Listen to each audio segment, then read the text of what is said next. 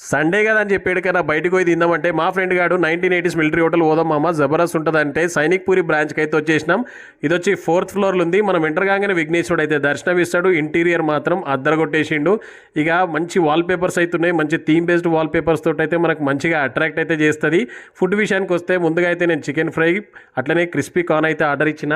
Taste మాత్రం చాలా చాలా బాగుండే. ఇక వీళ్ళ దగ్గర థాలీ అయితే ఉందంటే సరే అని చెప్పి వెజ్ థాలీ అట్లనే నాన్ వెజ్ తినేటోళ్ళకి నాన్ వెజ్ థాలీ అయితే ఆర్డర్ ఇచ్చేసినాం.